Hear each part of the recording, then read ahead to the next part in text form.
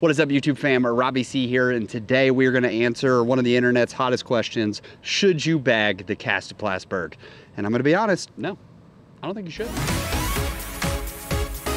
No, but seriously, we got some positive things that we really do want to say about this disc, because I think this disc does, especially one thing, extremely well. But before we dive in, we have to ask, how you doing today, Mike? You having a good one? So catch me if I fall.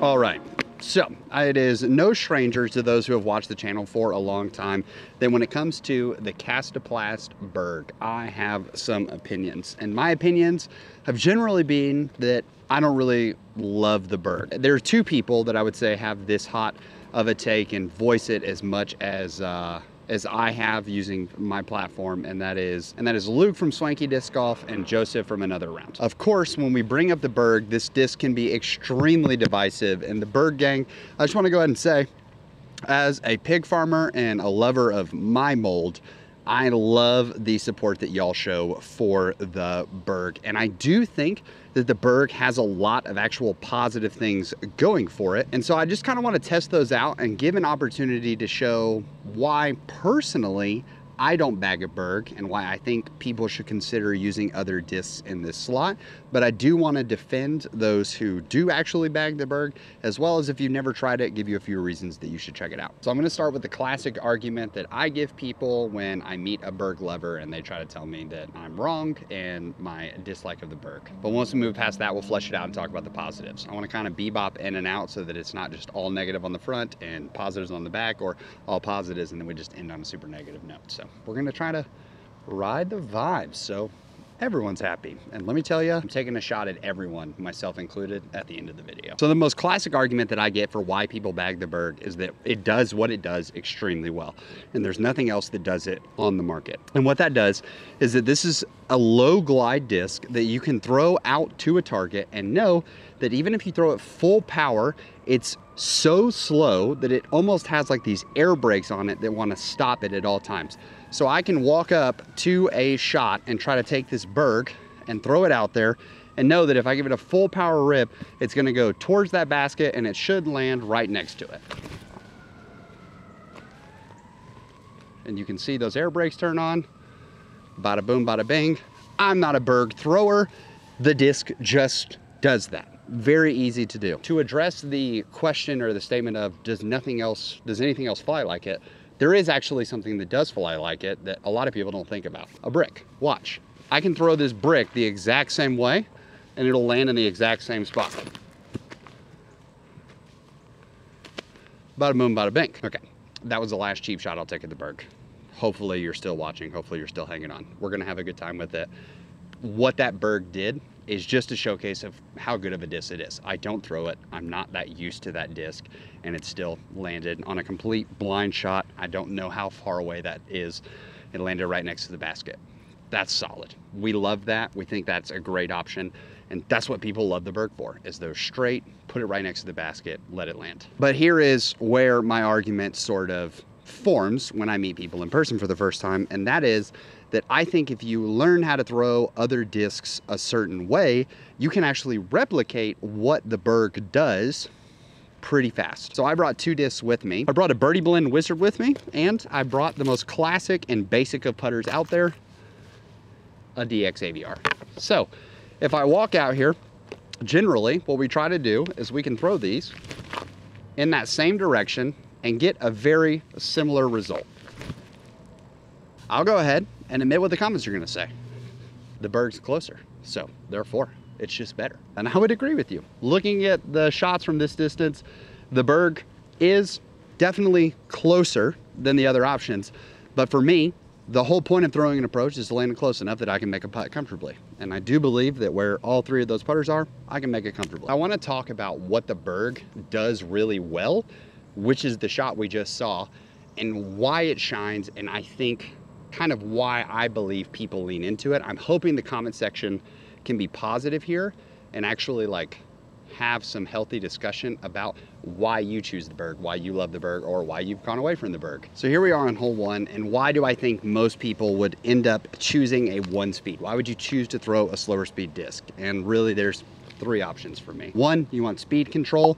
1, you want less power to be able to go into the disc so that you have a lot more comfortability on aiming the shot. The 3rd is that traditionally 1-speeds can feel very different from traditional discs, and so your body kind of gets into a different feel when you grab a disc like this because you're throwing a different shot that you don't standard throw. Now for the people that want option 1 of the speed control, the Berg does this extremely well. It slows down dramatically and almost hits air brakes on its own. But honestly, lots of 1-speeds do this, so it's not like a particularly unique thing to the Berg. But I do think the second option, or the second reason people would choose a 1-speed, is where the Berg shines its brightest for most people. When it comes to that power control, where I don't want to have to throw a full power shot, or maybe I'm not used to throwing full power shots, I can throw the Berg full power, and because this thing has no glide, it is just going to go straight to the basket and then just die, just drop out of the air. My friend Nathan regularly putts with Bergs, and it actually blows my mind because I feel like the amount of power that you have to give this disc to get it to putt is insane. I would be so curious to watch Nathan putt with other discs because I'd be like, I mean, the man would be a fiend from circle 2 and beyond. And the 3rd is something that feels unique. And this disc certainly feels unique. As a thumb track lover myself, the Berg doesn't have necessarily a thumb track, but I think they call it, disc dyers call it like the Berg bubble, because there is a dip in the disc, a little bit of a slight thumb track or puddle top to it that allows you to grip it really well. This feels phenomenal. I honestly am a huge fan of how the Berg feels in my hand. The Polecat is a super odd feeling disc, doesn't have a thumb track on top. The Glyph does have that thumb track added, so there's just a lot of positivities to that different feel. So I think it checks those boxes really well, and I truly would give the Berg the nod in terms of one of the most comfortable feeling 1-speeds that's out there on the market. Now we're here on hole 1 at George Ward. We're gonna play a few holes. Thankfully the shorts are all out. I'm not trying to throw the Berg on like 300-foot shots because it's just not designed to go that far. It is designed to be thrown on short distances and short approaches. So hole 1, 224 feet downhill. I have a base plastic Berg. The plastics kind of got shifted around, I believe, in the reacquisition. Maybe they didn't. So I believe this is K1 soft, but y'all can correct me on that. Maybe it's K3. K3 probably makes sense because I think K1 soft is the premium plastic that is actually gummy. So we're just gonna try to throw this down there on a nice shot. Thinking from comparison, if I throw my Polecat on this shot, I'm sort of smoothing it out and letting it turn over. I do think because this thing has the air brakes and it's designed to be thrown hard, I'm gonna have to rip it to get it down there. Let's see what we can do.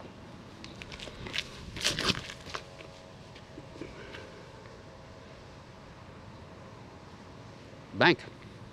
We're right there. We got about a 15, 20 footer. We talk about the air brakes that existed on the Berg, and these discs are standard putters that do not naturally have those air brakes. So I'm gonna use the AVR as an example first. This is a DX AVR straight out of a starter set.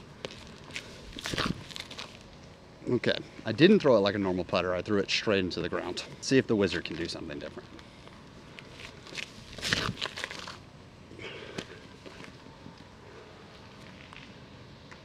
The Wizard hit the rock and sort of bounced straight backwards. If it hadn't hit that rock, I think that we end up 30, 40 feet past. And at least from how it feels, I did not feel like I had to give that anywhere near the effort that I did to throw the Berg down there. But I don't know if my mind's being biased. If Silas puts them side by side, I'll let you guys be the judge of that. But I feel like I wanted to throw the Berg harder. Now, I know from experience that if I call a disc or label a disc as training wheels, that has sort of a negative connotation to it. As a kid, there was almost this like shame if you were still the one who had training wheels on your bike and all the other big kids were rolling around and they didn't have training wheels on. And so no one wants to be associated as the kid who couldn't ride a bike without help. But I know very few children who go from not riding a bike to just straight up riding one without the training wheels on. So I don't think that having the training wheels is a bad thing. And I think that because the Berg is able to be thrown full power and you don't have to adjust pretty much anything about learning how to play the game in terms of I'm throwing these full power shots to get to the basket, because maybe you don't have a ton of distance and so you're throwing 200 to 250 and you feel like almost every hole you have to throw a max distance rip. This allows you to adjust literally nothing and add possibly a shot to your game that you don't already have. But as we've already seen twice, and this comes from probably a reason that the Wizard has been able to execute the shot better than the AVR twice, is I literally haven't thrown an AVR as a throwing putter since I was on Team Innova in 2021. Whereas I obviously, with a shameless plug with the Birdie Blend Wizard, love that putter and that plastic enough that I actually worked with Gateway to make my own plastic. So I'm much more familiar even with the Wizard than I am the Berg. And of course, the arguments should be coming from the internet. Well, then why aren't you just throwing it better all the time? And I would tell you it's because I'm trash. I wish I was a disc throwing robot. I wish I was as good as a lot of people out there. There's a reason that I am not a touring pro. But also, the Berg is just a good disc. It does what it does extremely well. However, the thing about the Berg, and this is where I have my largest holdup with it, I'll say, and it is a large holdup, is just even the transition from hole 1 to hole 2, and that is the Berg is perfect for that distance. But what happens when we step up, if this is my main throwing putter, what happens when we step up to hole 2? 281 feet, there's a silver basket between the two trees out in the distance. We're gonna go Berg, and similar to how I feel like I had to give it a full power rip to go downhill 224, we're gonna see if I can give this thing enough height to get it up to the hill. Okay, that felt like a really solid rip. Felt like I gave that thing all the juice. Now, let's see if I can bring justice for the AVR here and not throw it straight into the ground.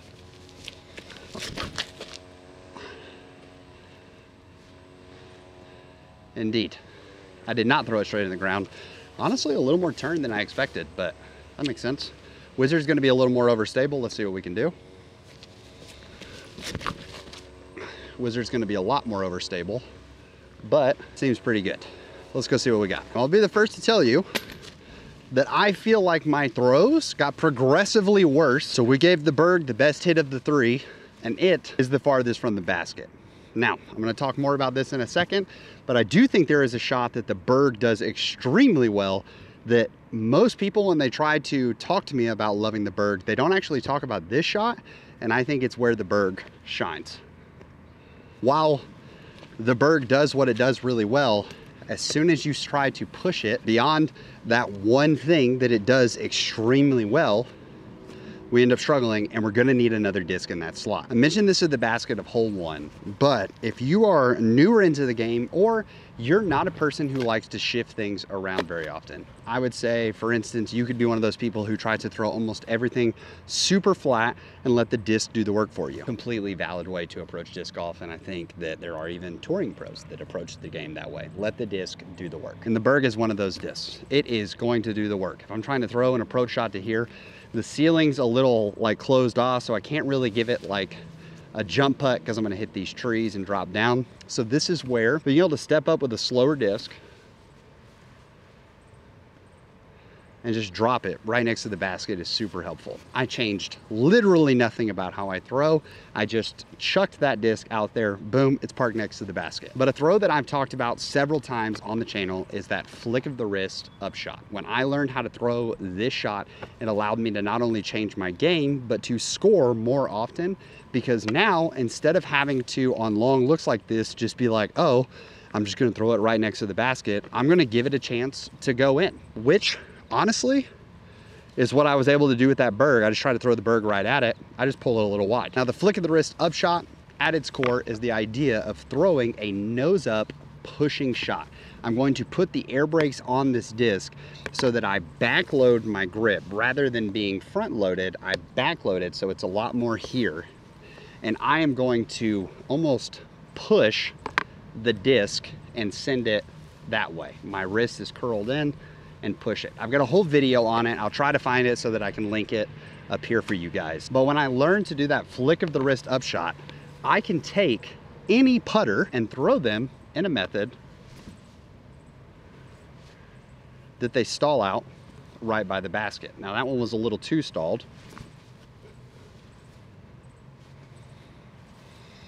And that one we threw right at it, tried to give it a chance. Because I am willing to add an adjustment to just a slight modification in how I want to throw, suddenly I have discs that when I step up to hole 2, I can throw it for a throwing putter and get the easy distance out of it that I need, as opposed to having to push the Berg to a certain point. When people try to preach the beauty of the Berg for just that simple, I can throw it full power, rip it, and it just nestles right next to the basket. It just slows down and gets air brakes. While the disc does that naturally, if you put in the time to learn how to throw that shot, and if you're a casual weekend golfer, I also totally get it. Maybe you don't have time to do the field work, or you don't want to go through the practice of even during rounds throwing an extra shot simply to practice that flick of the wrist sub shot.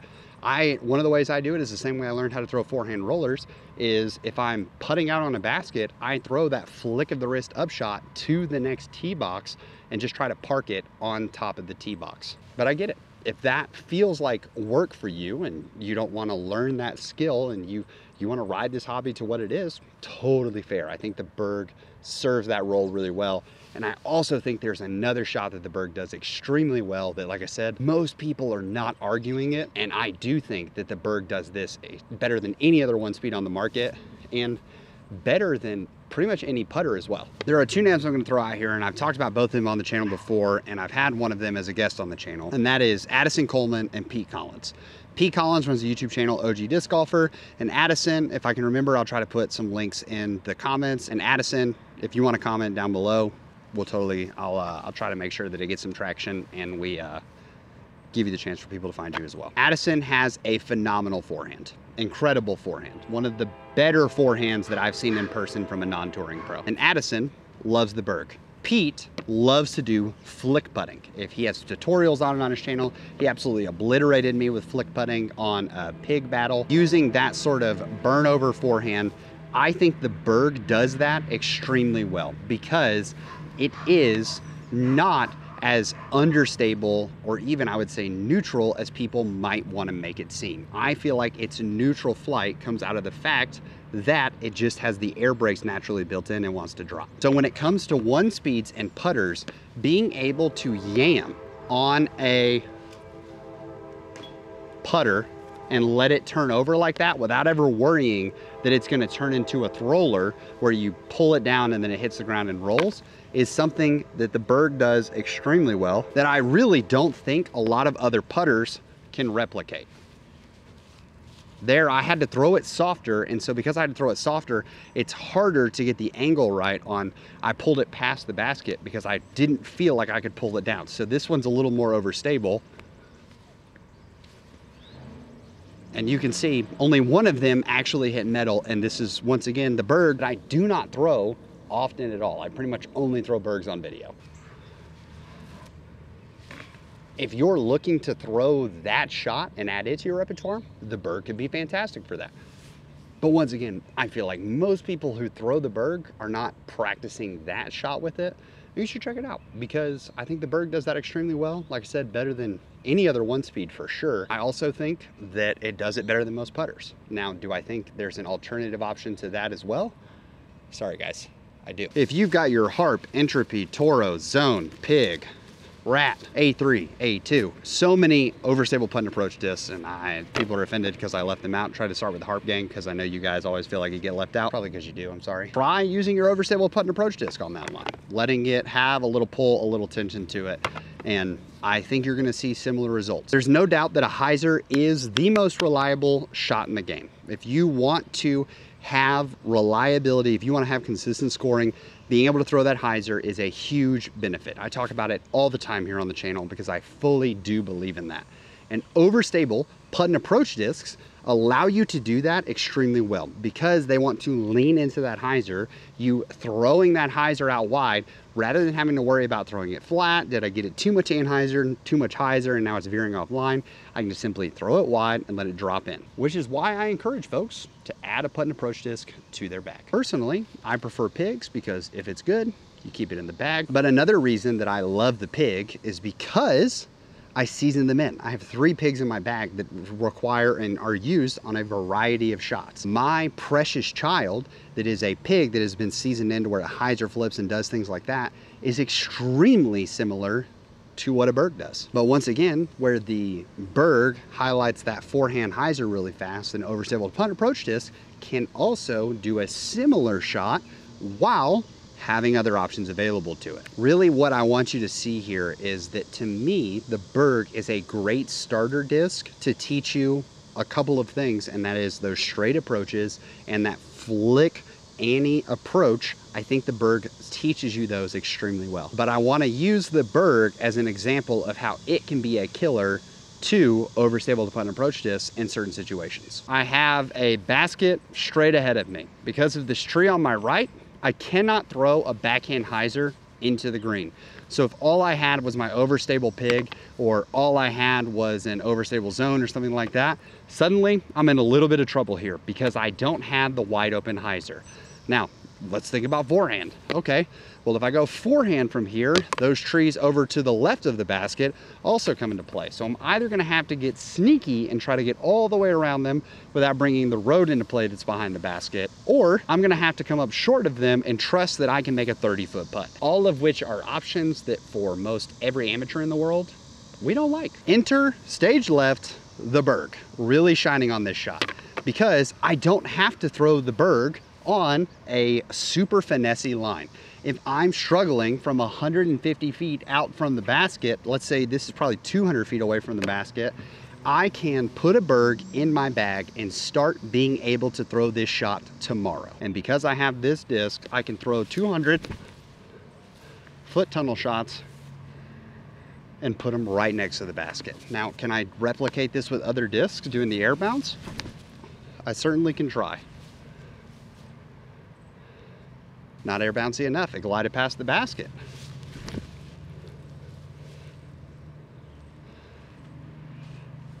So it turns out I'm not an AVR thrower, I'm a wizard thrower. So the moral of the story, do I think that you should put a Berg in your bag? Sadly, my answer still has to be no. I think you can see that I'm definitely not as familiar throwing an AVR as I am a wizard these days, but finding that throwing putter that isn't a Berg that I'm comfortable with, I'm able to replicate almost all of the shots that the Berg can create outside of that flick forehand, because truly I think that is the shot that the Berg shines in the most. But if you don't have a short straight backhand and you find yourself relying on that overstable punt approach disc for all of your approaches, and when you have those tight tunnels where the hyzer isn't available, you're struggling, I would encourage you to check out a Berg. I think that it will teach you the basis of that and you'll be able to put it in your bag, start hitting that shot tomorrow. The longevity of your game, and if you want to not carry around a disc for a very, very, very niche situation, I would encourage you to try to learn that flick of the wrist upshot or other throws with other discs that can put those air brakes on and simulate this when you are comfortable. So I really, really do hope this doesn't come out as like a Berg hate piece, because it is truly not meant to be a Berg hate piece. I understand why people love this disc. I see why people love this disc. Personally, I like other options, but if you have a Berg in your bag, I'm not gonna be like, oh, I'm not gonna touch it, things like that. I think it can be a phenomenal Frisbee. But I just have said on multiple podcasts, multiple videos, things like that, and I felt like it was time to dedicate a video to this topic. And I hope, Berg gang, that this is me coming with a white flag of I understand why you exist, I get it, and I think that you should continue to exist because this disc creates opportunities that just aren't out there if you're looking to add those types of shots to your game immediately. So thank you so much for watching. I hope you have an amazing rest of your day. Please make it fantastic for someone else too. But for now, we're gonna leave you with the birdie.